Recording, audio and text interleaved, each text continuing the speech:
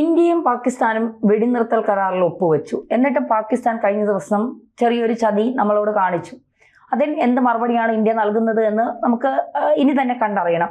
ഇതിനിടയ്ക്ക് ചില കുത്തിത്തിരിപ്പുകളുമായി ചില രംഗത്തെത്തുന്നുണ്ട്. ഇന്ത്യ എന്തിനാണ് വെടിനിർത്തൽ കരാർ നിർത്തിയത്, ഈ പാക് അധിനിവേശ കശ്മീർ കൊണ്ടുവരുമെന്ന് അമിത്ഷായും രാജ്നാഥ് സിംഗും പറഞ്ഞിട്ട് അത് എവിടെയാണ്, എന്തിനാണ് അമേരിക്ക ഇതിലേക്ക് പിടിച്ചിട്ടത്, ഇന്റലിജൻസ് വീഴ്ച, പഹൽഗാമിലെ ഇന്റലിജൻസ് വീഴ്ച മറയ്ക്കാനുള്ള നാടകമാണോ, ഇന്ത്യൻ സൈനികരുടെ വീര്യത്തെ തകർക്കുന്ന കാര്യങ്ങളിൽ എന്തുകൊണ്ട് നമ്മൾ പ്രതികാരം ചെയ്യുന്നില്ല, അങ്ങനെ കുറെ ചോദ്യങ്ങൾ ചോദിച്ചുകൊണ്ട് കുത്തിത്തിരിപ്പുണ്ടാക്കാനായി പലരും രംഗത്ത് വരുന്നുണ്ട്. ഇന്ത്യ ആഗ്രഹിച്ചത് സമാധാനമല്ലേ? അതിനപ്പുറം എന്തെങ്കിലും ഉണ്ടോ? നോക്കൂ, ഈ യുദ്ധം എന്ന് പറയുന്നത് ഇന്ത്യ ആഗ്രഹിച്ചൊരു കാര്യമല്ല. ഇന്ത്യ ചെയ്തിട്ടുള്ളത് വളരെ നമ്മൾ കണ്ടതല്ലേ. കാരണം ഇന്ത്യയുടെ അറ്റാക്ക് എന്ന് പറയുന്നത് അവരുടെ തീവ്രവാദ കേന്ദ്രങ്ങളെ ടാർഗറ്റ് ചെയ്തുകൊണ്ട് മാത്രമായിരുന്നു. അപ്പം നമ്മൾ എത്രത്തോളം റെസ്പോൺസിബിലിറ്റിയാണ് അതിൽ കാണിച്ചതും കൂടെ നമുക്ക് മനസ്സിലാവും. കാരണം ഒരു സിവിലിയൻ ഡാമേജ് പോലും ഉണ്ടാക്കാതെ, സിവിലിയൻ പ്രോപ്പർട്ടിക്ക് ഒന്നും ഒരു ഡാമേജ് സംഭവിക്കാതെ, തീവ്രവാദികൾ എവിടേക്കുണ്ടോ അത് LOCയിലാണ്, മീൻസ് LOCക്ക് അടുത്താണെങ്കിലും അല്ലെ പാകിസ്ഥാനിന്റെ ഉള്ളിലാണെങ്കിൽ പോലും അവിടെ വരെ ചെന്ന് ആക്രമിച്ച് അതിനെ ഇല്ലാതാക്കുക എന്നാണ് ഇന്ത്യ എടുത്തൊരു നിലപാട്. അത് ബേസിക്കലി പാകിസ്ഥാനിലെ സിവിലിയൻസിനോടോ അല്ലെങ്കിൽ മിലിറ്ററിയോടോ അല്ലെങ്കിൽ പാകിസ്ഥാന്റെ ഭരണകൂടത്തോടോ എന്തെങ്കിലും ഒരു വിദ്വേഷം ഉണ്ടായിട്ട് ചെയ്യുന്ന കാര്യമല്ല.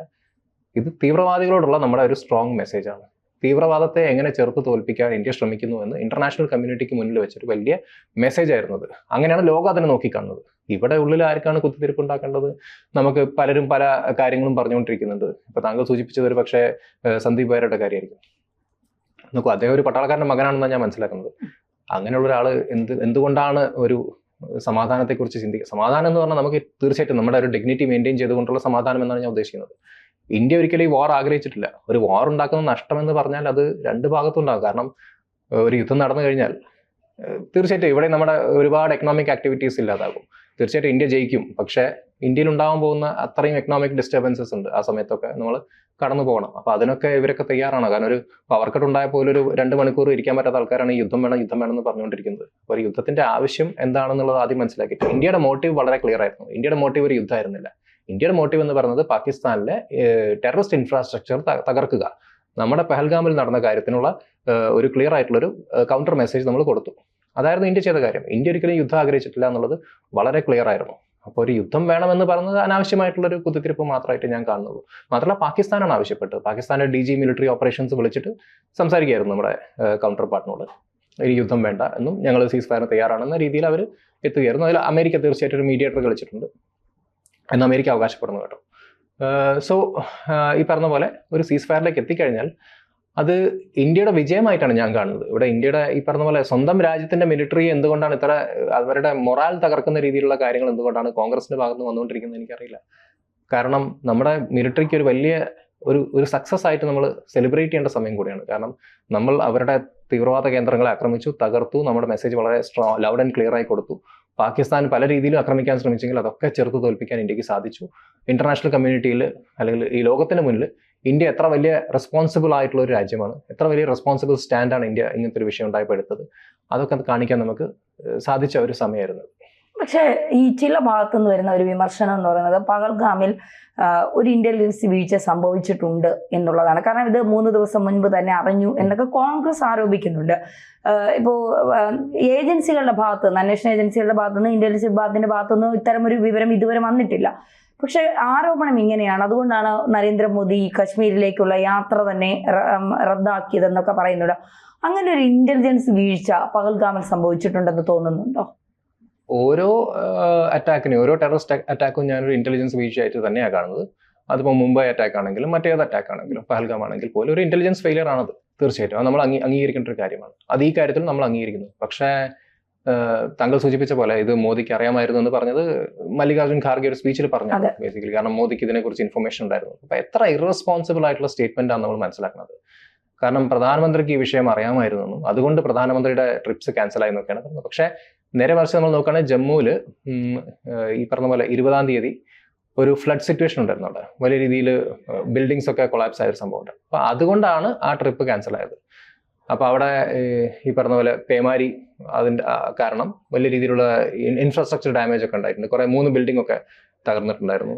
വലിയ രീതിയിൽ ആളപായം ഉണ്ടായൊരു സംഭവമാണ്. അപ്പോൾ ആ സമയത്താണ് ഈ പറഞ്ഞ പോലെ ട്രിപ്പ് ക്യാൻസൽ. പക്ഷെ രണ്ടിനും കൂടെ കൂട്ടിക്കലർത്തിയിട്ട് ഇത് രണ്ടിന്റെയും ടൈമിങ്ങിനൊക്കെ വെച്ച് കളിച്ചിട്ട് ഇവിടെ അനാവശ്യമായിട്ടുള്ള സ്റ്റേറ്റ്മെന്റ്. പിന്നെ അദ്ദേഹം പറഞ്ഞത് പല മാധ്യമങ്ങളും റിപ്പോർട്ട് ചെയ്യുന്നു എന്നാണ്.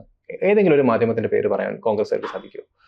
അയാൾ ഈ പറഞ്ഞ പോലെ എവിടെയൊക്കെ വായിച്ചിട്ടാണ് മനസ്സിലാക്കിയത്, ഖാർഗെ എവിടെയൊക്കെ വായിച്ച് മനസ്സിലാക്കിയത്, എവിടെയാണത് വായിച്ചത് എന്ന് അദ്ദേഹം പറയണം. എവിടെ നിന്നാണ് അദ്ദേഹത്തിന് ഈ ഇൻഫർമേഷൻ കിട്ടിയത്? മാത്രമല്ല നമ്മുടെ ടെററിസ്റ്റ് അറ്റാക്ക് നടന്ന് ആദ്യം തന്നെ പറഞ്ഞു ഞങ്ങൾ ഗവൺമെന്റിന്റെ ഒപ്പമാണെന്നാണ്, ഗവൺമെന്റ് ഒപ്പം നിൽക്കുന്നു, എല്ലാ കാര്യത്തിലും ഞങ്ങൾ കൂടെ സഹകരിക്കും എന്ന് പറയുന്ന പാർട്ടി ഇത്രയും ദിവസം കഴിഞ്ഞിട്ട് ഈ കാര്യം പറയുമ്പോൾ അവർക്ക് ആരാണ് ഇതിന്റെ ഇൻഫർമേഷൻ കൊടുത്തത്? ആരാണ് ഇങ്ങനെ ഇൻഫർമേഷൻ അവർക്ക് നൽകിയത്? എന്താണ് അവരുടെ സോഴ്സ്? ഇത് അവർ വെളിപ്പെടുത്തേണ്ട ഒരു കാര്യമല്ലേ? അതവർ പറയുന്നില്ല. പക്ഷേ ഒരു പബ്ലിക് സ്പീച്ചിൽ ഇങ്ങനെയുള്ള കാര്യങ്ങൾ പറഞ്ഞിട്ട് നമ്മുടെ രാജ്യത്തിന്റെ ഒരു ഇന്റഗ്രിറ്റിയെ തകർക്കുന്ന രീതിയിലുള്ള കാര്യങ്ങളൊക്കെയാണ് കോൺഗ്രസ് ചെയ്തുകൊണ്ടിരിക്കുന്നത്. അപ്പൊ ഇങ്ങനെയുള്ള കാര്യങ്ങൾ ഒരിക്കലും നമുക്ക് വിശ്വസിക്കാൻ പറ്റില്ല. ഇപ്പൊ പഹൽഗാമിലെ സെക്യൂരിറ്റി ഫെയിലിയർ ഉണ്ടായിച്ചാൽ തീർച്ചയായിട്ടും ഉണ്ടായി. പക്ഷെ ഇതിനെക്കുറിച്ച് ആർക്കെങ്കിലും ഇൻഫർമേഷൻ ഉണ്ടായിരുന്നെന്ന് ചോദിച്ചാൽ അത് തീർച്ചയായിട്ടും സുരക്ഷാ ഏജൻസികളാണ് പുറത്തേക്ക് വിടേണ്ടത്. ആ ഒരു ഇൻഫർമേഷൻ ഗവൺമെന്റ് ഭാഗത്ത് വരണം. അതുവരെ നമുക്ക് അതിൽ കമന്റ് ചെയ്യാൻ ശരിക്കും പറ്റില്ല. കാരണം നമ്മുടെ നാഷണൽ സെക്യൂരിറ്റിയെ ബാധിക്കുന്ന ഒരു വിഷയം കൂടിയാണ്. അപ്പൊ അതിൽ ഇത്ര ഇറസ്പോൺസിബിൾ ആയിട്ടുള്ള സ്റ്റാൻഡ് എടുക്കാണ് കോൺഗ്രസ് ചെയ്തുകൊണ്ടിരിക്കുന്നത്. ഈ പാക് അധിനിവേശ കശ്മീർ അത് തിരിച്ചു പിടിക്കും, ഈ യുദ്ധത്തോടെ അല്ലെങ്കിൽ ഈ പാകിസ്ഥാന്റെ ഈ പ്രകോപനത്തോടു കൂടി നമ്മൾ തിരിച്ചു പിടിക്കുമെന്നുള്ള ഒരു ഉറപ്പ് പിന്നെ അമിത്ഷായും പ്രതിരോധ മന്ത്രി തന്നിരുന്നു എന്നാണ് പറയുന്നത്. എന്നിട്ട് അത് എന്തുകൊണ്ട് പാലിച്ചില്ല എന്നുള്ളൊരു ചോദ്യവും കൂടിയുണ്ട്. അല്ല, അതൊരു യുദ്ധത്തിലേക്ക് പോവുകയാണെങ്കിൽ നമ്മൾ തിരിച്ചു പിടിക്കുമെന്നായിരുന്നല്ലോ. അപ്പൊ ഒരു യുദ്ധ സാഹചര്യം ഉണ്ടാക്കുക, യുദ്ധം ഉണ്ടാക്കി ഒരുപാട് നാശനഷ്ടങ്ങൾ ഇവിടെയും രണ്ട് ഭാഗത്തും ഉണ്ടാക്കിയിട്ട് തിരിച്ചു പിടിക്കുക എന്നതായിരുന്നില്ല അവരുടെ മെയിൻ ഒബ്ജക്റ്റീവ്. ഇതും ഈ സന്ദീപ് വാര്യരുടെ കാര്യം തന്നെയാണ് ഇപ്പം വീണ്ടും നമ്മൾ ചർച്ച ചെയ്യുന്നത്. കാരണം ഒന്നാമത്തെ കാര്യം അദ്ദേഹം മനസ്സിലാക്കേണ്ടത് കോൺഗ്രസ് ആണ് ഇത് വിട്ടുകൊടുത്തത്. കോൺഗ്രസിന്റെ മണ്ടത്തരം കൊണ്ടാണ് നമുക്ക് POK എന്ന് പറഞ്ഞ റീജൻ POK ആയി മാറിയത്. അപ്പം അന്ന് കോൺഗ്രസ് കാണിക്കുന്ന തെറ്റുകളെല്ലാം തിരുത്താനല്ലല്ലോ മോദി ഇവിടെ ഇരിക്കുന്നത്. അപ്പൊ അവരുടെ ഭാഗത്തുണ്ടായ ഫെയിലിയേഴ്സ് എല്ലാ കാലത്തും തീർച്ചയായിട്ടും നമ്മൾ ഇന്നും ഹോണ്ട് ചെയ്തുകൊണ്ടിരിക്കുന്നത് അവരുടെ സമയത്ത് ജവഹർലാൽ നെഹ്റു എടുത്ത തെറ്റായ തീരുമാനമായിരുന്നു. അന്ന് UN പോയിട്ട് ഒരു റെസൊല്യൂഷന്റെ കാര്യം നോക്കുന്നതിന് പകരം നമ്മൾ ശരിക്കും ഒരു കൗണ്ടർ മെഷേഴ്സ് എടുക്കുകയായിരുന്നു അന്ന് വേണ്ടതെന്ന് നെഹ്റുവിനെ പലരും ഉപദേശിച്ചിട്ടുണ്ടായിരുന്നു. എന്നിട്ട് പോലും അദ്ദേഹം അതിന് വഴങ്ങിയില്ല. അതുകൊണ്ടാണ് POK ആയി തന്നെ അവിടെ നിൽക്കുന്നത്. അപ്പൊ അത് മോദി തിരിച്ചു പിടിക്കണം, ഞങ്ങൾ എല്ലാ തെറ്റുകളും ചെയ്യും, നിങ്ങൾ തിരുത്തൂ എന്ന് കോൺഗ്രസിന്റെ ഭാഗത്ത് തന്നെയാണ് പറഞ്ഞുകൊണ്ടിരിക്കുന്നത്. അതിലൊന്നും നമുക്ക് പ്രത്യേകിച്ചൊന്നും പറയാനില്ല. കാരണം അതൊക്കെ വില കുറഞ്ഞ രാഷ്ട്രീയ കളി മാത്രമാണ്. ഈ ഒരു സമയത്ത് പോലും, അത് ഇന്ത്യ എത്രയും വലിയ പ്രതിസന്ധിയിലൂടെ കടന്നുകൊണ്ടിരിക്കുന്ന സമയത്ത് പോലും ഇന്ത്യയുടെ ഒപ്പം നിൽക്കാൻ പറ്റാത്ത ആളുകളായി മാറുകയാണ് ഇവർ. POK തീർച്ചയായിട്ടും നമ്മുടെ ഒരു എന്താ പറയുക, നമ്മുടെ ഒരു ഫ്യൂച്ചർ വിഷൻ ആയിരിക്കും അത്. പക്ഷെ അതിന് ഡിപ്ലോമാറ്റിക് ചാനൽസിലൂടെ പോലും നമുക്ക് കൈകാര്യം ചെയ്യാൻ പറ്റുന്ന ഒരു വിഷയമാണ്. അതിന് യുദ്ധം പലപ്പോഴും ആവശ്യമുണ്ടെന്ന് എനിക്ക് തോന്നുന്നില്ല. POK ഒരു പക്ഷേ നമുക്ക് ഈ പറഞ്ഞ പോലെ മുന്നോട്ട് പോകും തോറും ഇന്ത്യയുടെ എത്രത്തോളം ഇൻഫ്ലുവൻസ് അതിൽ നമുക്ക് കൊണ്ടുവരാൻ പറ്റുമെന്ന കാര്യം. കാരണം POKയിലെ ആളുകൾ വളരെ അൺസാറ്റിസ്ഫൈഡ് ആണ് അവിടുത്തെ ഗവൺമെന്റ്സുമായി ബന്ധപ്പെട്ടിട്ട്.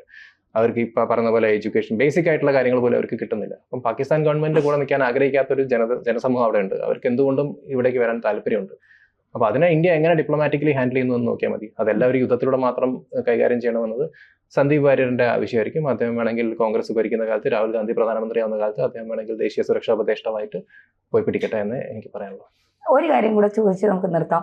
ഈ ബലൂചിസ്ഥാനുമായി ബന്ധപ്പെട്ടാണ് അദ്ദേഹം ഞാൻ ഈ ചോദ്യങ്ങൾ ചോദിക്കുന്നത്. ഈ പോസ്റ്റ് കാണുന്ന സാധാരണക്കാരായ ജനങ്ങളുണ്ട്, അവർക്ക് ഇതിനുള്ള അവർ ആലോചിക്കുമ്പോൾ ശരിയാണ്, ഇതൊക്കെ ഇപ്പൊ സൈനികരുടെ വീര്യം കളഞ്ഞു. ഞാൻ ഒരു പട്ടാളക്കാരൻ്റെ മകളും ഒരു പട്ടാളക്കാരൻ്റെ സഹോദരിയുമാണ്. അപ്പം എനിക്കറിയാം ഒരു യുദ്ധം ഉണ്ടാകുമ്പോൾ, ഒരു പ്രകോപനം ഉണ്ടാകുമ്പോൾ ഒരു വീട്ടിലുണ്ടാകുന്ന ബുദ്ധിമുട്ടും പ്രയാസവും മനസ്സമാധാനക്കേടും എന്താണെന്ന് ഞങ്ങൾക്കറിയാം.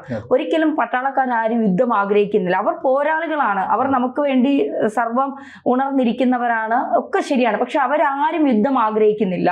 സമാധാനപരമായി ഇന്ത്യ കൊണ്ടുപോകാനാണ് എല്ലാ സൈനികരും ആഗ്രഹിക്കുന്നത്. സന്ദീപ് വാര്യർ പറയുന്നു അവരുടെ പോരാളി വീര്യത്തെ തകർത്ത് കളഞ്ഞു എന്ന്. അങ്ങനെ ഒരു നമ്മൾ ചെയ്യേണ്ടതിൻ്റെ ഏറ്റവും അങ്ങേയറ്റം നമ്മുടെ സൈനികർ രാവും പകലും ചെയ്ത് കഴിഞ്ഞു എന്നുള്ളതാണ്. ഇനി എന്തെങ്കിലും നമ്മുടെ സൈന്യത്തിന് ചെയ്യാനുണ്ടോ? കാരണം നമ്മുടെ സൈന്യത്തെ ഭയന്നുകൊണ്ടാണ് പാക് സൈന്യം, നമ്മുടെ സർക്കാരിനെക്കാളിലും നമ്മുടെ സൈന്യത്തെ ഭയന്നുകൊണ്ടാണ് അവർ ഈ വെടിനിർത്തലിലേക്ക് തയ്യാറായത് എന്നാണ് ഞാൻ വിശ്വസിക്കുന്നത്. അപ്പോൾ നമ്മുടെ സൈന്യത്തെ വീര്യത്തെ തകർക്കാൻ ആർക്കും കഴിയില്ല എന്നുള്ളൊരു യാഥാർത്ഥ്യമാണ്. പിന്നെ എന്തിനാണ് സൈന്യത്തെ കൂടി ഇതിലേക്ക് വലിച്ചിഴക്കുന്നത്? അല്ല, അവിടെയാണ് നമ്മൾ ഒരു ഉത്തരവാദിത്വം ഇല്ലാത്തൊരു രാഷ്ട്രീയമാണ് ഇവിടെ കളിച്ചുകൊണ്ടിരിക്കുന്നത് പറയുന്നത്. സൈന്യത്തിന്റെ വീര്യം, നമ്മുടെ സൈന്യം എന്ന് പറയുന്ന ഒരു വാർ മോങ്കറിംഗ് ആയിട്ടുള്ള യുദ്ധക്കൊതിയന്മാരൊന്നുമല്ല. അവർ നമ്മളെ ഡിഫൻസിന്റെ ഒരു ഭാഗമായി നിൽക്കുന്ന നമ്മുടെ പ്രൈമറി ഫോം ഓഫ് ഡിഫൻസ് ആണ്.